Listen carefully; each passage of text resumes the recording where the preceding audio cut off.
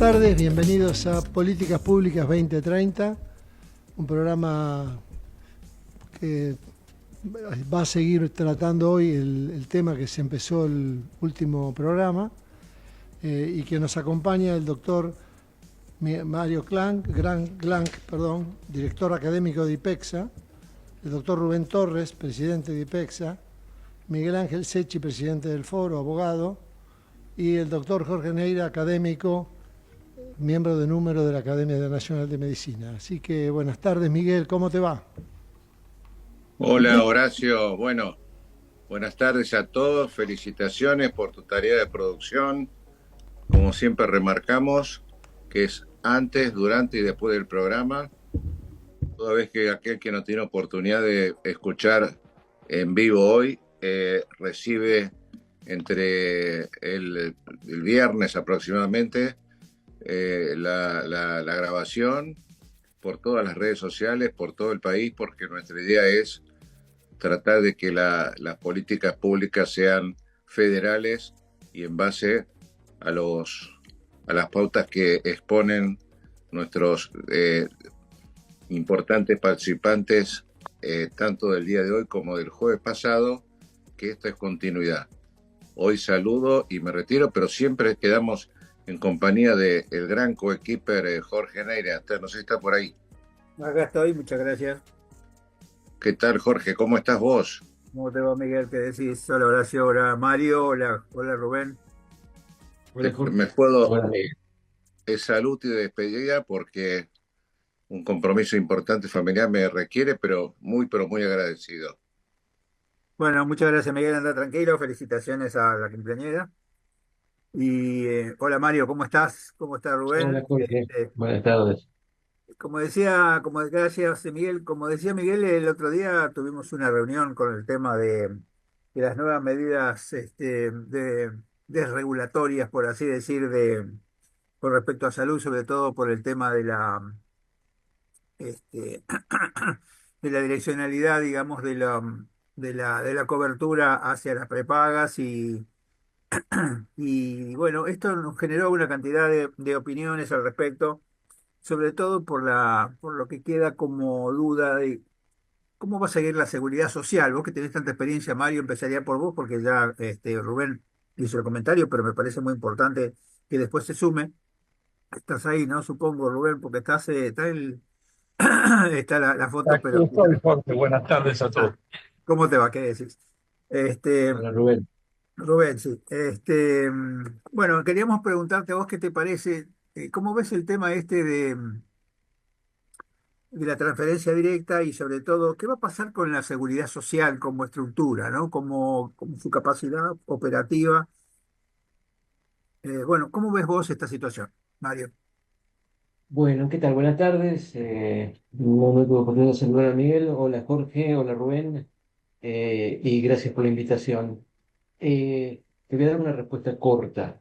La respuesta corta es, como lo veo, mal. Ya está. Esa sería la respuesta. Y lo veo mal por dos cuestiones, ¿no? Primero, en primer lugar, porque antes que sucediera esto, la situación de la seguridad social ya era una situación crítica. Voy a dejar consignados y cargados en las mochilas todas las críticas que se le pueden hacer a la organización, gestión, transparencia y administración de la seguridad social desde, no sé, desde los 70 en adelante. Sí, quiero que esto quede consignado, quiero que este esté. Ahora, tenemos 17 millones de personas que están debajo de ese paraguas. Un paraguas que a octubre del año pasado, esto por un trabajo que hizo justamente IPEXA con ProSanity, mostraba que el 75% como mínimo de las obras sociales existentes no alcanzaban a cubrir el PMO. Esto quiere decir que desde el punto de vista estrictamente contable están quebradas. Esa situación es la situación de cualquier empresa que se enfrenta a costos crecientes, porque la espiralización de los costos en salud así lo viene planteando, y al mismo tiempo a ingresos decrecientes. ¿Qué ingresos decrecientes? Bueno, porque hay una política de minimización, de caída del empleo calificado y de ascenso del empleo más precario, el empleo informal o, como mínimo, formal vulnerable, si así podemos Mario, ponerlo. ahí sería importante que tuviéramos un número, digamos, ¿cuál es el número actual de afiliados de la Seguridad Social? Porque siempre se hablaba de 15 millones, ¿no? Y ahora me parece que eso tiene que ver con el empleo, con la tasa de empleo que ha bajado, con un salario que está estable, pero que no sé, digamos, qué relación tiene con la inflación, este, porque, digamos, es fácil de entender lo que vos decís en la medida del descenso del aporte, además de la calidad del aporte, no solamente el descenso en cantidad, sino en calidad del aporte. Porque no sé, es un Hay que ver pequeño algo. para que la gente entienda, Ah, porque no todo el mundo hay, tiene. Está bien, está muy bien. A ver, nosotros tenemos 6 millones de personas que están incorporadas como trabajadores activos formales en el sector privado. Este número es el número de un sector privilegiado de la población. Hoy por hoy, quien tiene empleo formal, seguridad social, un salario garantizado por convenio, perspectivas de jubilación, está en una situación claramente ventajosa en relación al resto, ¿no? Tenemos que dejando de lado a lo que debe quedar, que son alrededor de 2 millones de empleos públicos, porque bajó mucho en el curso del 2024. No tengo la cifra exacta, lo que te pido por favor que se entienda que esto es una aproximación. Está bien, Si pero es una quieren aproximación sí, sí, muy probable, sí, digamos. si quieren Tiene números, tu números parte. precisos, los tengo. Luego tenemos otros 50, una población equivalente que está en empleo precario o en empleo informal. Y ahí tenés una masa de monotributistas o directamente de no aportantes que están en lo que comúnmente se denomina negro. La caída de empleo en la Argentina se estima que es de alrededor de 180.000 puestos de trabajo, que no pega de una manera tan fuerte en el desempleo porque el mundo cambió y hoy la tecnología brinda alternativas que hacen que para lo que alguna vez fue el indicador estadístico de desempleo, hoy no lo es. Ejemplo, un trabajador calificado que de pronto se queda sin trabajo y pasa a conducir un Uber o pasa a repartir un Rappi, ese es un ocupado. Entonces, el puesto de trabajo se perdió, el empleo formal se perdió, pero no impacta en la tasa de desocupación. Porque Claro. cuando le preguntan si está ocupado o no está ocupado, está ocupado.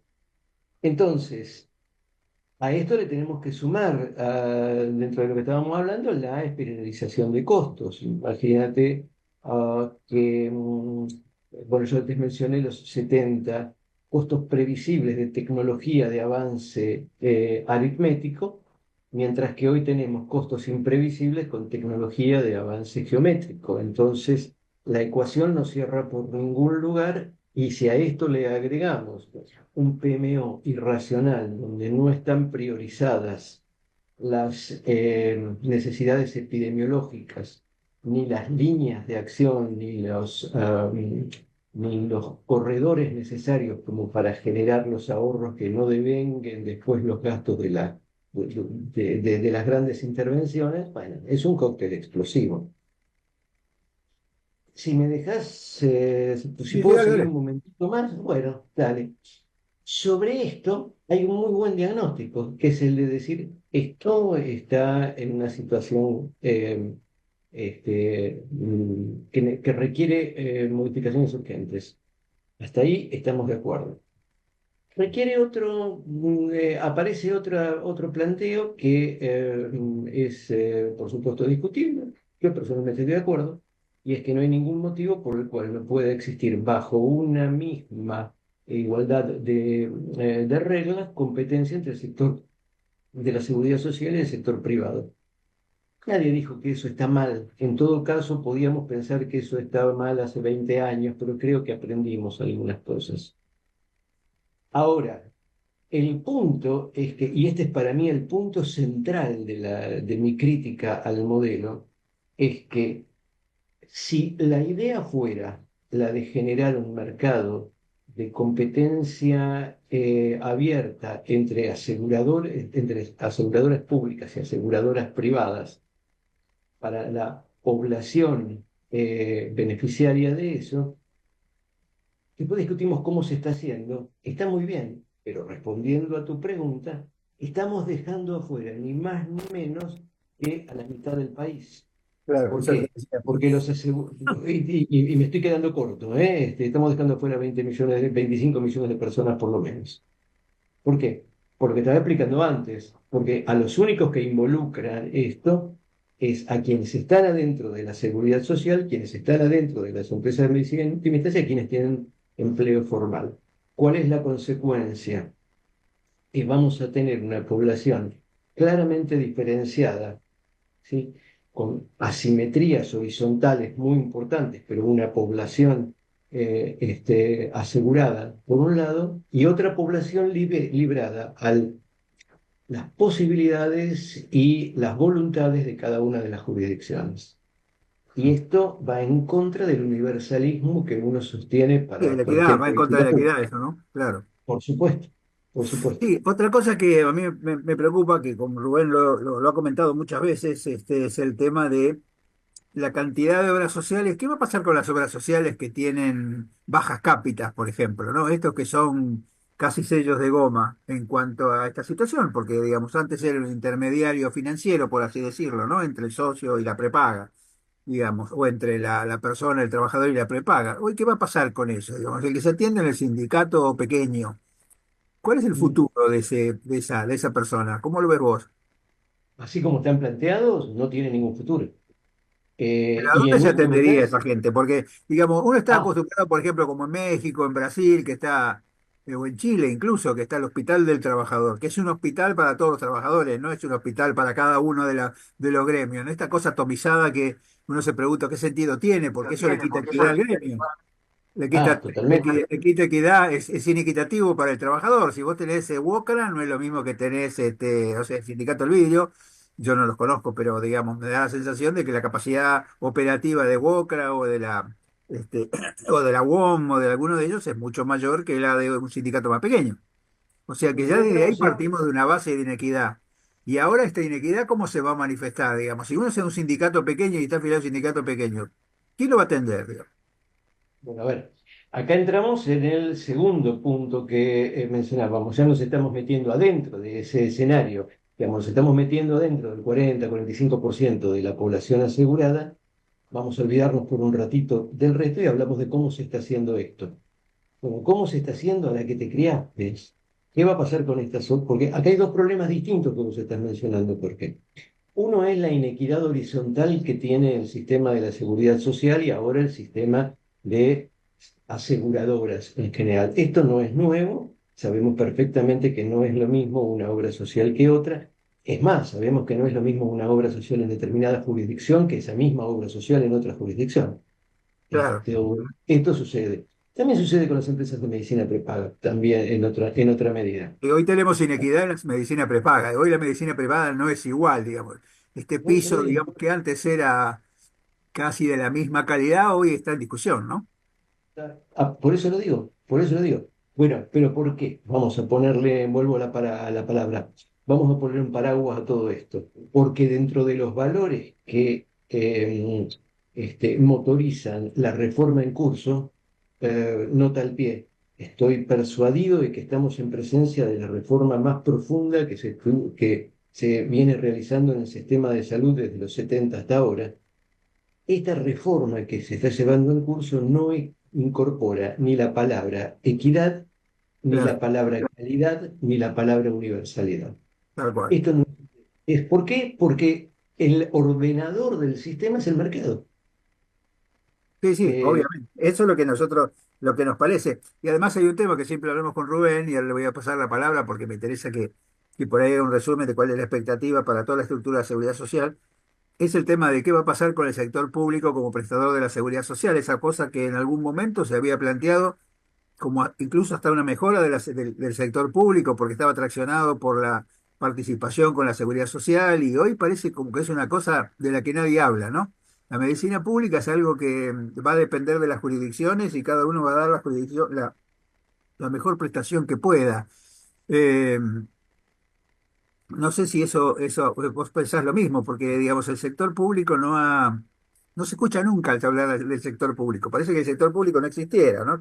que es algo que, digamos, que depende de los demás, digamos. No sé vos cómo lo ves. Antes de escuchar la opinión de Rubén, mira, pienso esto, creo que esta es una enunciación oximorónica, porque cuando se está planteando que, claro, pero si yo parto de que el valor supremo a sustentar como política económica es el del equilibrio fiscal. ¿Está muy bien? Ok, Bien, estamos de acuerdo. perfecto. ¿Cómo se logra ese equilibrio fiscal? Estoy hablando desde la mirada de la gestión en curso. ¿Cómo se logra ese equilibrio fiscal? Bueno, básicamente tres pilares. Primero, el de el congelamiento y reducción del gasto público a partir de salarios y de jubilaciones. Segundo, las transferencias a las provincias. Y tercero, la obra pública, la parálisis de la obra pública. Muy bien. Ahora vamos, bajo ese escenario, a decir, ok, las provincias tienen potestad plena en relación a salud y son las que se tienen que ocupar del gasto público. Ah, fantástico. Pero resulta que los recursos autogenerados por las provincias son absolutamente asimétricas entre sí Claro, y la muy precaria compensación que da la coparticipación no es suficiente como para garantizar un flujo adecuado, particularmente cuando se dan las circunstancias que decía antes, que están cortadas las transferencias a las provincias y que está parada la obra pública. Entonces, dicho académicamente, te tiro todo el paquete de la salud pública y de la claro, hacete educación cargo, pública, hacete cargo. hacete cargo y la plata que la ponga quien pueda, qué sé yo, arreglate. Por eso yo decía que la gente queda atomizada en este punto en 24 jurisdicciones asimétricas que dependen de la posibilidad y de la voluntad también, porque tampoco para todas las jurisdicciones, para todas las provincias, los estados provinciales, la salud tiene la misma prioridad en un caso que en otro. Hay provincias que se diferencian claramente entre una y Claramente, otra. claro. Claramente, claramente.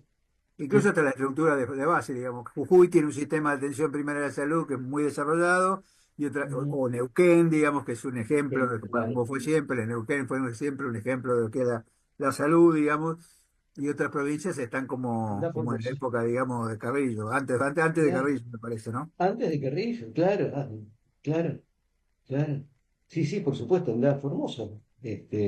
Claro. Por Donde ejemplo, además ahí en Formosa hay un clientelismo por el tema de que del mayor del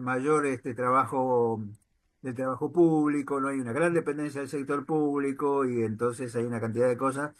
Por eso es que no existe la equidad en nuestro país. Yo creo que es algo que no solamente no existe en cuanto a la atención en el segmento que te corresponde, sino además que depende del lugar donde estás y volvemos otra vez al código postal de Rubén, ¿no?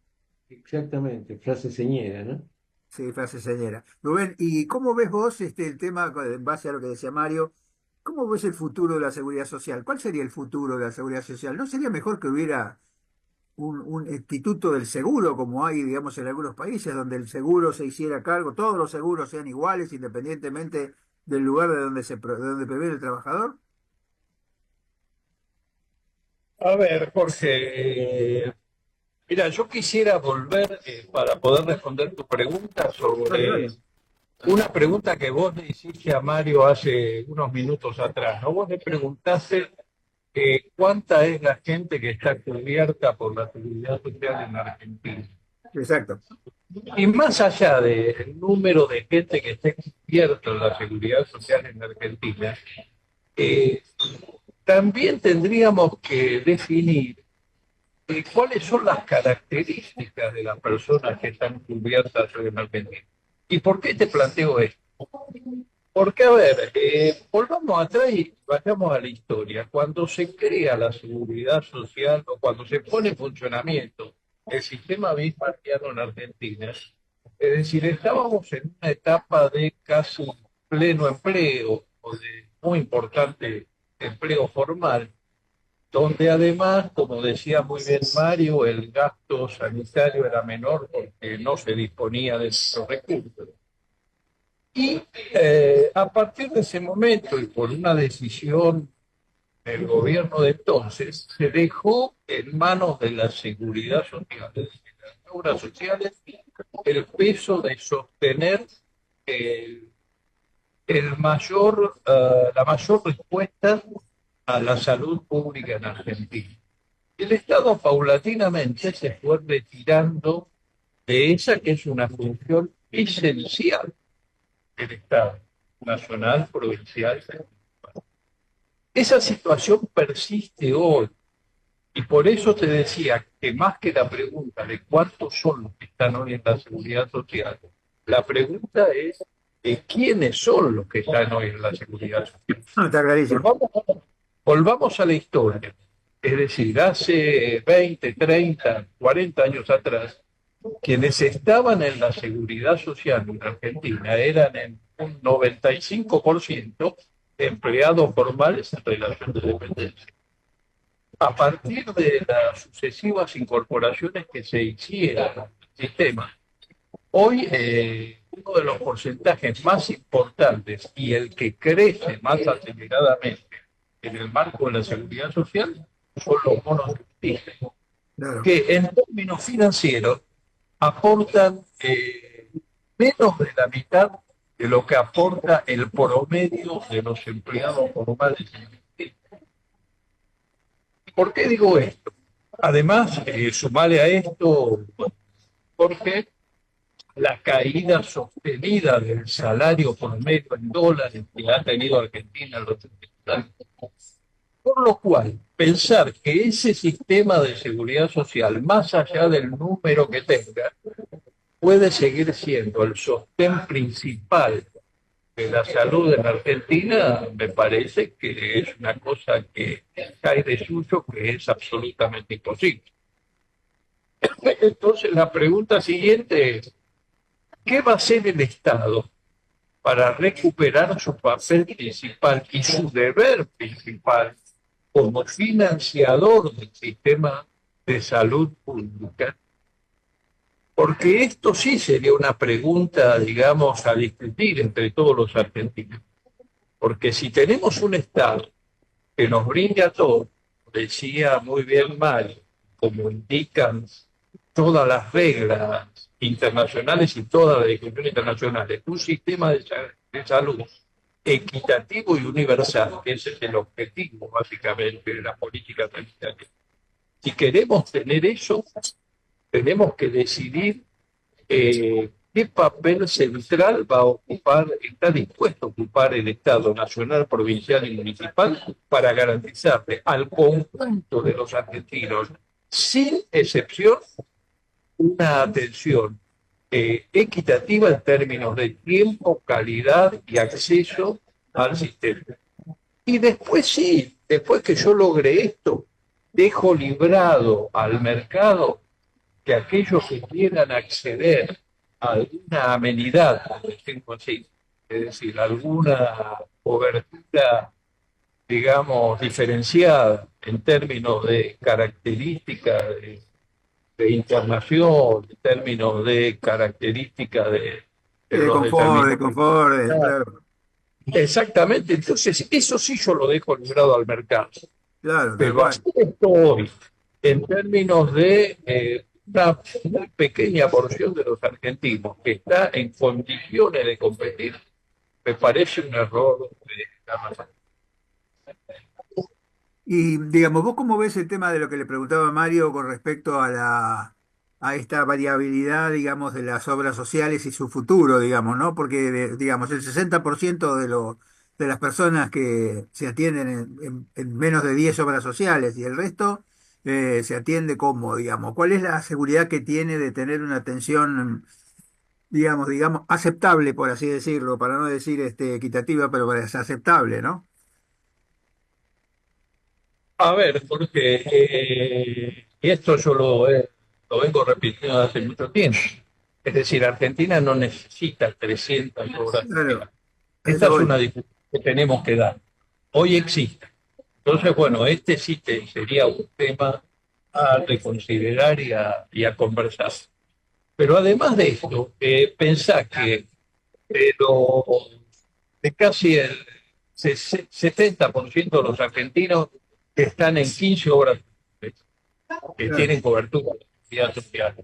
Cuidado porque el estudio que nosotros hacemos con Prosanite del PMO te dice que aún de esa gente Claro. hay un porcentaje muy alto que está en obras sociales, que aún siendo, digamos, viable desde el punto de vista del número de subsidiados, no alcanzan a cumplir el programa médico obligatorio con su recaudación y con los mecanismos de subsidio que tiene el sistema.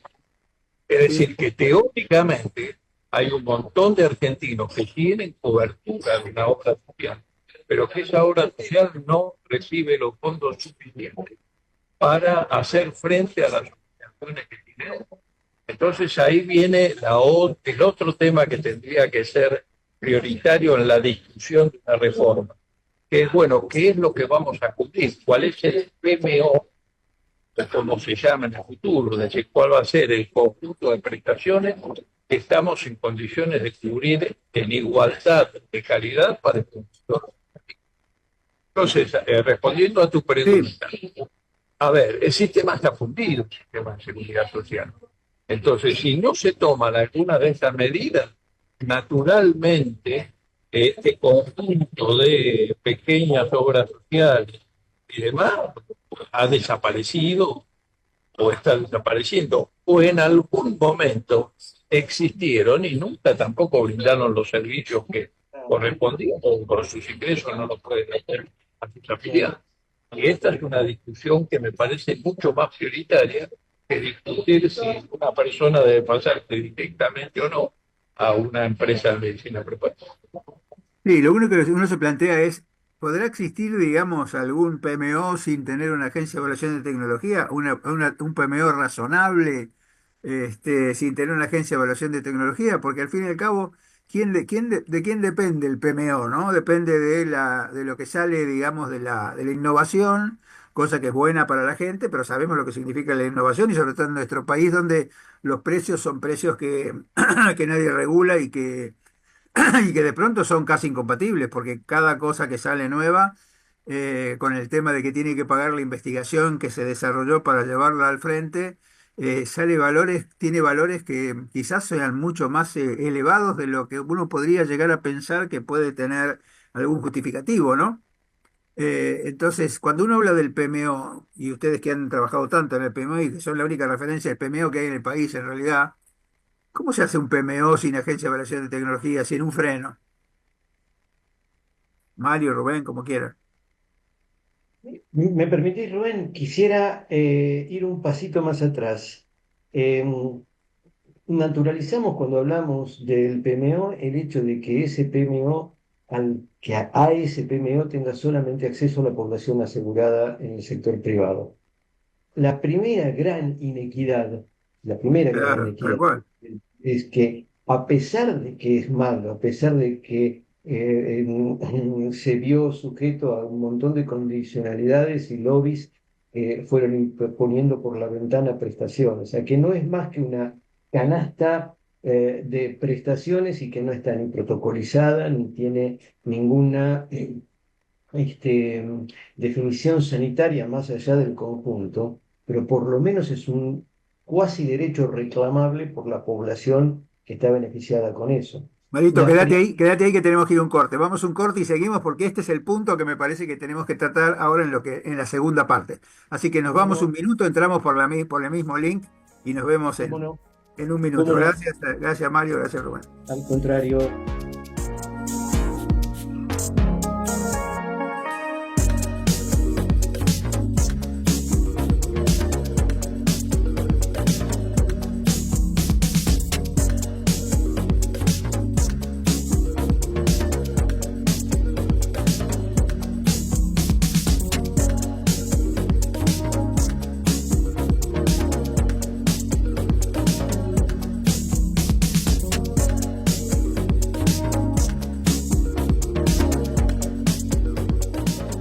Ecomedios.com AM1220.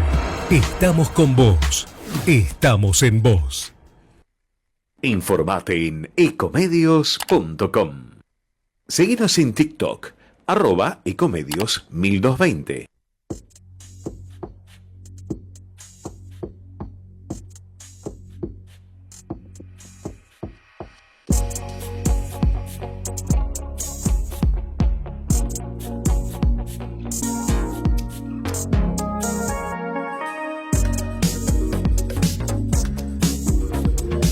Bueno, pasado el corte comercial, continuamos con Políticas Públicas 2030, Jorge.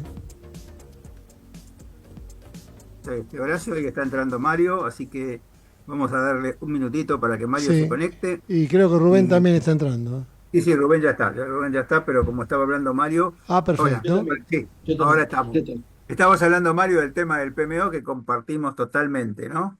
Dale. Sí, hablaba de la naturalización del hecho de que semejante asimetría de derechos la tomemos como un hecho dado. Es decir, coincido seguramente con el objeto de tu comentario o tu pregunta, Jorge, en cuanto a que sí, claro, que tendríamos que tener una agencia de evaluación de tecnología que establezca prioridades, que establezca protocolos, que establezca coberturas, que plantee que sí y que no. Básicamente es lo último. Es mucho más difícil. Ahora, está muy bien. Ahora, vuelvo a lo mismo. Las políticas que se están desarrollando conduce a una elitización del cuidado de la salud destinado solamente a aquellos que en forma predatada o postdatada puedan pagarlo. Tanto pones, tanto recibís. Aunque sea el 9%, pero el 9% de un sueldo así te da algo diferente al 9% Claro, de un obvio. sueldo ciego. Nota al pie, vamos a ver qué pasa con los pagos complementarios que ahora las personas que van directamente a las prepagas tienen que pagar Bueno, cuando... eso estaba por comentarte, que en realidad me parece que hoy el pago de bolsillo se ha incrementado no solamente por lo que tiene que pagar como copago, sino además por el costo de los medicamentos que se ha incrementado y y la cobertura ha disminuido, con lo cual además hay medicamentos que ahora son de venta libre que antes se vendían por la cobertura. O sea que me parece que hay una cosa que se está medio dejando de lado, que hay un aumento digamos, del aporte del bolsillo, digamos, del asociado hoy al sistema, ¿no? Bueno, perdón, no quiero... Tengo la idea de que me parece que estoy hablando demasiado, pero si es así, por favor, discúlpenme. En este momento, a partir de la resolución que libra el precio de los coseguros y que cada una de las entidades está en derecho, en condiciones de fijarlo por su cuenta, no hay manera de conocer cuál es el gasto de bolsillo. Absolutamente. Es imposible porque además es absolutamente discrecional. Absolutamente. Y además porque por lo que vos mencionabas también del tema del gasto de medicamentos UTC, es decir, aquellos que no son, aquellos que son de venta libre. Eh, la información ahora se dispersa a todos los puntos de venta que aparecen, que más allá de lo que la norma dice, aparecen por todos lados. Y por un hecho además muy, muy significativo, muy importante. Si uno mira la cantidad de unidades dispensadas, bajó en un 14%. Claro, sí. Pero no hay manera de tener la calidad, porque esto lo ve cualquiera que se asome a una farmacia y hay que hablarlo con un farmacéutico. Va una persona con una prescripción de tal vez 3 medicamentos vinculados con una enfermedad aguda o con una enfermedad, no importa, una enfermedad, vamos a ponerle, vamos a decirlo de esta manera, una infección. Hipertensión y diabetes que son No, las pero de todos los días. es que quiero ir a una que duela, a una que produzca dolor Ah, sí, físico. Una una infección artrosis. urinaria. Sí, Por ejemplo. Entonces, ante el costo del tratamiento prescripto, la persona dice, bueno, dame un ibuprofeno. Y se va con el ibuprofeno. Entonces, no es solamente la cantidad de moléculas que caen en este punto, sino no te también entiendo perfectamente lo que decís, claro. la Sí, calidad. además hay una cosa, hay una falacia que dice que, bueno, gracias al tema de los medicamentos de venta libre, con lo cual yo no estoy de acuerdo, yo no estoy de acuerdo en el medicamento de venta libre en ninguno, pero digamos, lo que decían es, gracias a la venta libre, la persona sabe qué precio va a pagar y puede elegir el más barato. Sí, igual lo tiene que seguir pagando él, con lo cual, como vos decís, entre que pague una cosa y pague la otra, tiene que pensar, ¿no? Y a veces el tema es, ¿pago los medicamentos o ceno todos los días? No, no, Digamos, pero ¿vos te referís al listado de precios de medicamentos que se sacaron la semana pasada? claro, Bueno, claro, yo hice un ejercicio. Tomé una persona con un síndrome metabólico que va a la farmacia y y va con una receta que le prescribe una rosuvastatina. Un antihipertensivo, un hipolipemizante. No, pero te doy la molécula.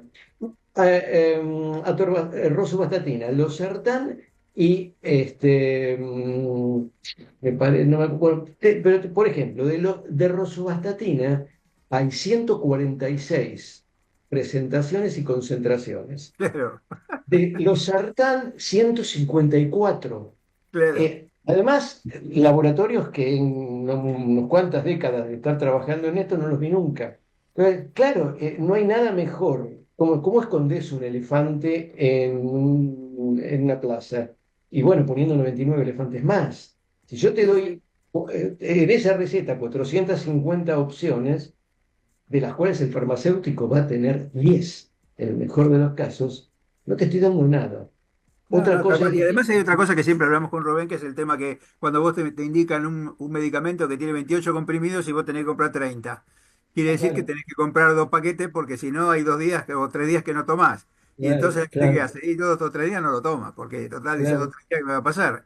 Y esto claro. también me parece que atenta, sobre todo en el tema del antibiótico, hay que hay un tema muy grave que es la resistencia bacteriana y el mal uso de antibióticos, no solamente porque se usa mal, porque se indica mal, sino además porque la gente lo toma mal.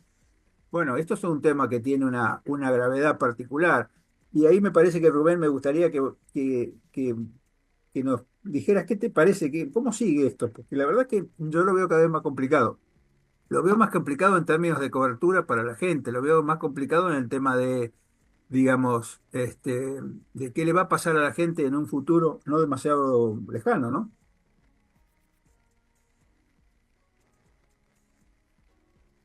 Rubén. A ver, Jorge, eh, creo que me estás castigando, me dejas las preguntas más difíciles para Sí, pero ¿qué se responder. le voy a hacer? Pero escúchame, Mario es un fenómeno y solamente vos lo podés superar a Mario o estar igual, por lo menos. Así A que ver, eso es un problema mira, tuyo, no Adelante, mío. adelante, Rubén, dale nomás. fuera de broma, la pregunta que me haces es casi imposible de responder, pero yo quisiera Por eso te volver, la hago, por eso te la hago. Si no le responde vos, ¿a quién quiere que se la pregunte? sobre algo que Mario remarcó al comienzo de esta segunda parte. Él dijo en un momento determinado, hoy es casi imposible calcular el gasto de bolsillo en el ámbito de la salud. Y creo que sobre estas cosas hay que tener,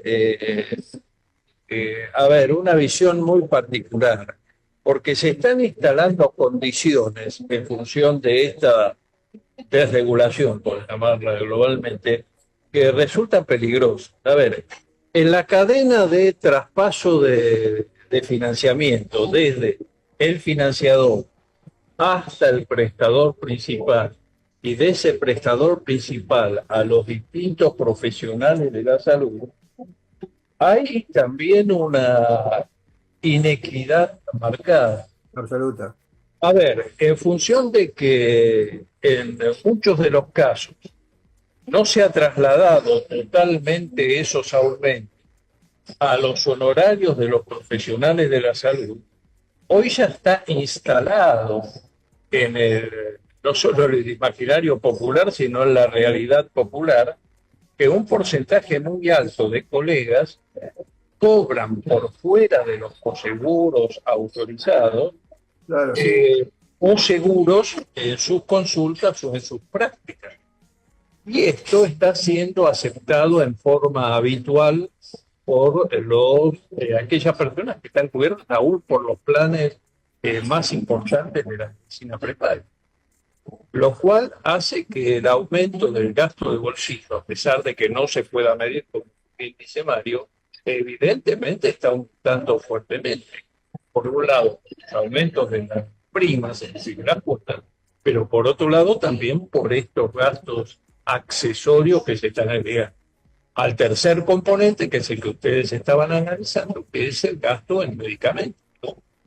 Entonces yo creo que esta es una combinación fatal en el sentido de que el acceso a la salud, si vos me preguntaras, a ver, con la foto de hoy, ¿hacia dónde estamos avanzando? Y estamos avanzando a un sistema más parecido al chileno, a un sistema más parecido al norteamericano, donde, es decir, el acceso a la posibilidad de salud está muy ligado, casi enteramente ligado a las posibilidades de ingreso de cada uno de los argentinos. Y esto, para mi gusto, por lo menos, va a contramano de lo que todos esperamos del sistema de salud, que es exactamente lo opuesto, que el acceso no esté ligado al ingreso de cada uno de los. No, sí, tal cual. Y sobre todo porque, digamos, hay un tema de que los costos de los medicamentos, no sé, Mario, vos qué opinás, pero el costo del medicamento es algo que no tiene ninguna referencia.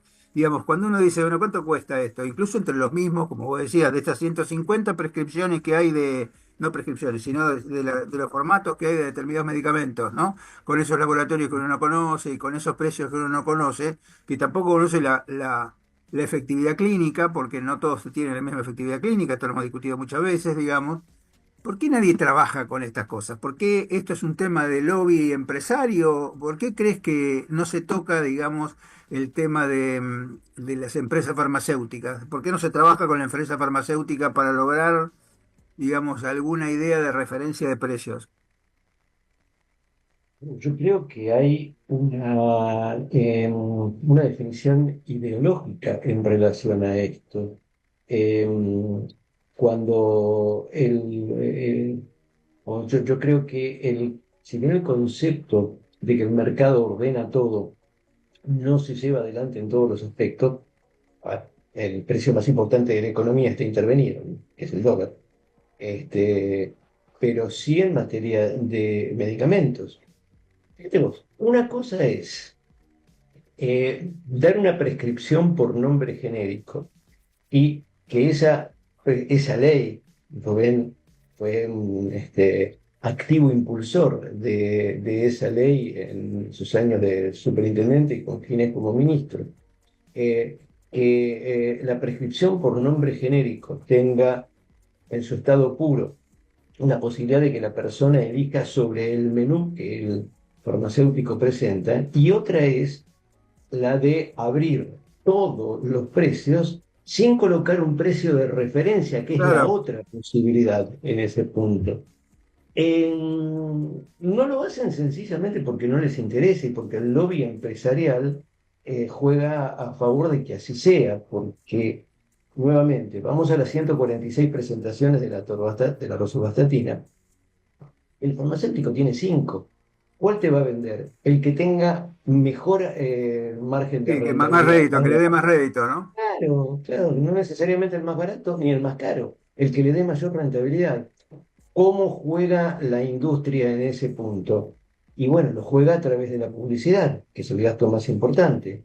Bueno, Acá hay yo un por ejemplo, a mí me fenómeno. parece una barbaridad, yo cuando, viste, cuando uno ve los partidos de fútbol que aparece la propaganda del antipamódico, eh, Claro, a mí me parece que es una barbaridad porque desde el punto de vista clínico, una persona con dolor abdominal tiene contraindicado el antiespasmódico, excepto que tenga alguna cosa por lo cual esté justificado, pero son menos las que están justificadas que las que no, y un antiespasmódico mal utilizado en una diarrea o en un dolor abdominal, en un cuadro peritoneal, es una contraindicación absoluta.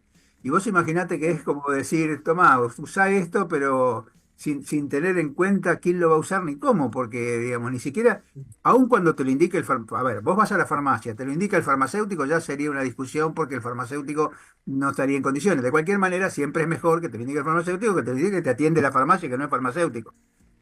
Y, no, o si no, que lo tomes porque te lo dicen en la televisión. A mí me parece que es una barrabasada. Yo creo que habría que prohibir ese tipo de propaganda porque son atentatorias contra la salud de las personas.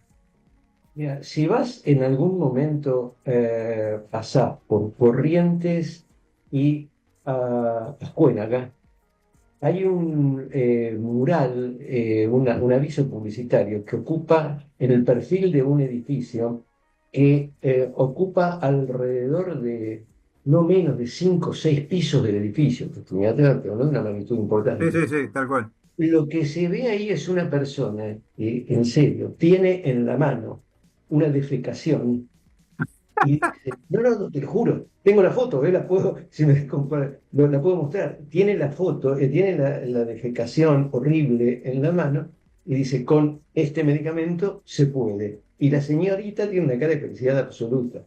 Claro. Háblame de obstrucción intestinal, háblame de Sí, sí, sí, irio, sí. háblame de vólvulos, háblame de prazoles cuando el que tal vez lo va a comprar tiene un helicobacter de este tamaño. No, por eso te digo, me parece que Bueno, es una cosa riesgosa y a mí me parece que este tema, yo entiendo que el mercado, qué sé yo, pero hay cosas que no son buenas, porque todo esto que ustedes están hablando, que es el tema del medicamento genérico, que no tiene la calidad, tampoco hay equidad, digamos, en el medicamento genérico, porque no son genéricos, sino son similares. Todo esto tiene una costo-efectividad en la salud de las personas que aumenta el gasto de salud por utilizar mal la medicación, por tomarla menos, ¿no? Y no es un gasto, no es que es más barato, que no es más barato, digamos. todo lo contrario. Yo creo que debe ser más caro. El problema es que nadie lo estudia, ¿viste? Porque en realidad cuando vos no hay costo efectividad de los medicamentos, nadie hace costo efectividad en serio, sino que todos se manejan con el costo, ¿no? Compro este porque es más barato. Y a vos te parece que, viste que yo siempre digo que hace muchos años había salido un artículo en una revista de cuidados intensivos que decía el antibiótico para la madre o para la suegra. ¿No? Si vos le compras el mismo antibiótico a tu mamá que a tu suegra, y esto era para decir, bueno, ante determinadas enfermedades hay que comprar el antibiótico que vos le comprarías a tu madre. Y a mí me parece que algo de eso hay, digamos, esto lo habíamos discutido cuando hicimos la reunión en la academia con la idea de ver si podíamos ayudar, digamos, a la ANMAT a sacar una nueva propuesta de ley de medicamentos que es del año 67, Mario. Estamos teniendo una ley Sí, de sí, sí, sí, medicamentos sí, que está parcheada, pero que es sí, del año 67. Y estas, yo sí. no sé, a ver Rubén, ¿qué te parece? Pero ¿cómo se puede vivir en un país donde la ley de medicamentos tiene 60 años?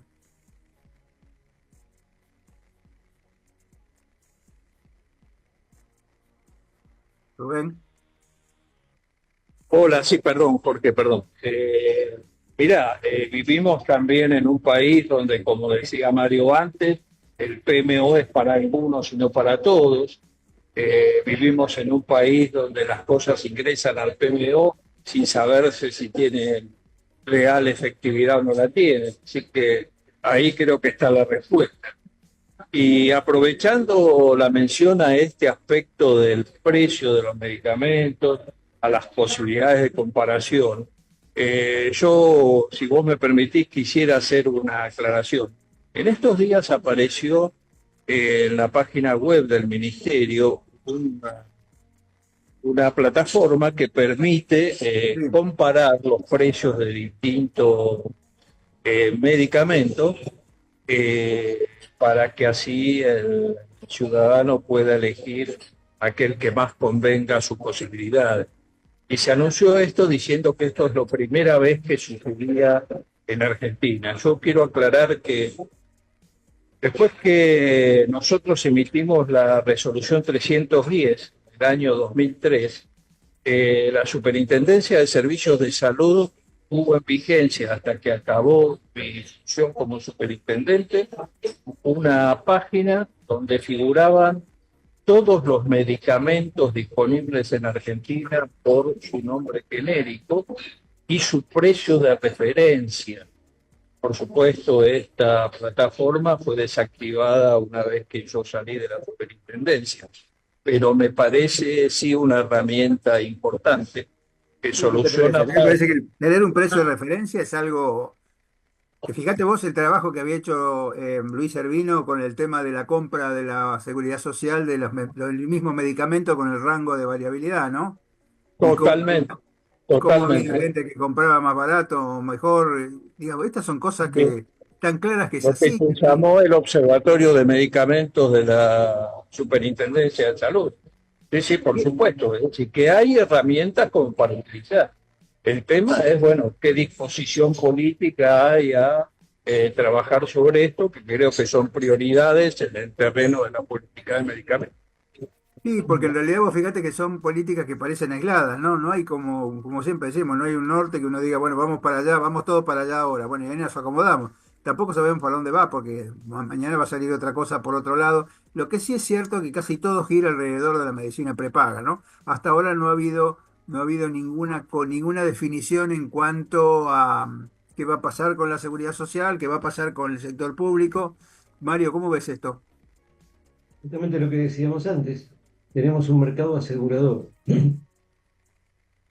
cuasi privado o obligatorio, seguros públicos, obras sociales y empresas de medicina prepaga confluyendo asimétricamente en un mercado asegurador, y el resto es potestad de las provincias. PAMI quedó al costado, por lo menos por el momento, pero creo que básicamente por razones políticas y presupuestales. Es una caja importante que explica el 1% del PBI argentino.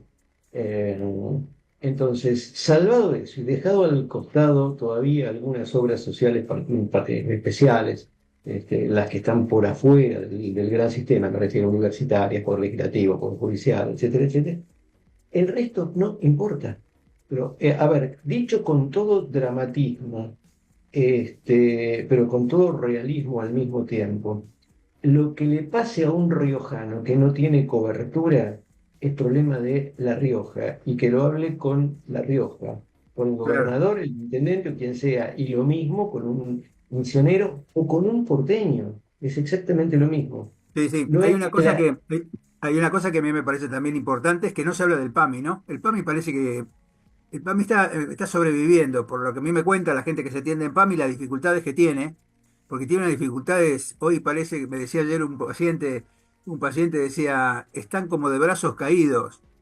Vos vas con Sí, una pero no, cosa y les da lo mismo, si te das, bueno, no se puede, si no se puede, no se no te puede. olvides, no te olvides que PAMI perdió una fuente de financiamiento importantísima al caer el impuesto país. Guarda Claro. porque eso no se repuso. Entonces, por eso, ese es el verdadero motivo por el que se reportaron las coberturas al 100%, ese es el verdadero motivo por el que caen los porcentuales de medicamentos, y ese es el verdadero motivo por el cual está en el déficit financiero que recae en la Pero no es prestación. O sea, momento ahora, Mario y Rubén, de pensar en una reestructuración del PAMI, digamos que el PAMI no sea, digamos, un plan asistencial, sino que sea un plan complementario de la obra social, digamos, ¿no sería momento como para empezar a pensar en algún cambio innovador, digamos, en lo que significa el PAMI en cuanto a la atención de una parte de lo que llamaríamos la seguridad social del viejo, digamos, ¿no? bueno, A ver, Jorge, mira, yo voy a hacer referencia, aprovechando que estamos casi sobre el final del Y programa. estamos en 3 minutos, así que tiene 1 minuto y medio cada uno. En el programa anterior, yo utilizando el título de un magnífico libro que Mario escribió junto con el doctor Sergio del Prete, que se llama Cambio de Rumbo, Sí, yo dije que me preguntaron qué me parecían estas reformas que se estaban impulsando. Y yo debo aceptar que con muchas de las medidas que se toman, puedo estar de acuerdo en su lógica. Por ejemplo, con el tema de quitar las obras sociales intermediarias. Lo puedo decir con libertad porque lo he escrito en mi libro Mitos y Realidades de las Obras Sociales. Ahora, lo que me da la sensación es algo que vos mencionaste recién, ¿no? Es decir, ¿cuál es el rumbo hacia donde vamos? Es decir, ¿a dónde conducen esta multitud de medidas aisladas nos llevan a qué sistema de salud? Hay una ausencia de rumbo, me parece, en el conjunto de las medidas. Una cosa es cambiar el rumbo, que es lo que proponen ser varios políticos. Pero una vez que uno decida cambiar el rumbo, tiene que decir cuál va a ser la meta y cuál va a ser el sistema al cual apuntar. Y yo realmente debo confesar que no veo claramente hacia dónde va el sistema. O si afino un poco más la puntería, como usted decía antes, creo que vamos a un sistema paulatinamente más residual. Sí, sí, sí. Bueno, Manito, tenés 1 minuto para ir cerrando. bien, tardo menos. Vamos a la arqueología de este momento histórico. La plataforma electoral de La Libertad Avanza dice textualmente, el mejor sistema de salud es un sistema privado y el mejor sistema educativo es un sistema privado. Claro, Esto en mi para barrio poco. se dice, y bueno, claro, relevamiento de pruebas, no conexión de partes, relevamiento de pruebas, se decía por ahí, ¿no es cierto? Claro. Sí, a mí me parece que de cualquier manera, digamos, aún con ese concepto básico, digamos, de política, hay muchas cosas que se pueden hacer para que los que no son ricos, tengan una cobertura aceptable, ¿no? Porque hay muchas cosas con las que se puede trabajar de lo que hay. Claro. Claro, el tema es si te interesa. Claro, Si exactamente. está en Eso es tu- lo que uno si ve, está- eso es lo que uno ve que no, aparte de que no convocan, digamos, a la discusión, como siempre decimos con Rubén, no hay posibilidad de aportar ideas, digamos, tampoco existe la posibilidad de tener una idea de para dónde va el rumbo que ustedes tan maravillosamente escribieron en el libro. Mario, te agradezco muchísimo, Rubén, como siempre, muchas gracias. Siempre te voy a hacer alguna pregunta más difícil porque sos uno de los referentes para mí, lo mismo que Mario. Para Lo eso mismo que está. Mario y lo mismo que mi amigo Van der Koy, que compartimos no solamente hospital, sino colegio. Así que yo él es más viejo que yo, pero de cualquier manera fuimos al mismo colegio y al mismo hospital. Así que muchísimas gracias y nos vemos la próxima. Creo que da para que sigamos conversando este tema, así que por supuesto están invitados y este es el espacio que ustedes tienen para cualquier momento que necesiten. Muchísimas Muchas gracias a gracias, ambos. Jorge. Un Muchas abrazo, Mario. gracias. Un abrazo. Un abrazo y Chao. buen fin de semana para todos. Lo mismo. Buenas tardes.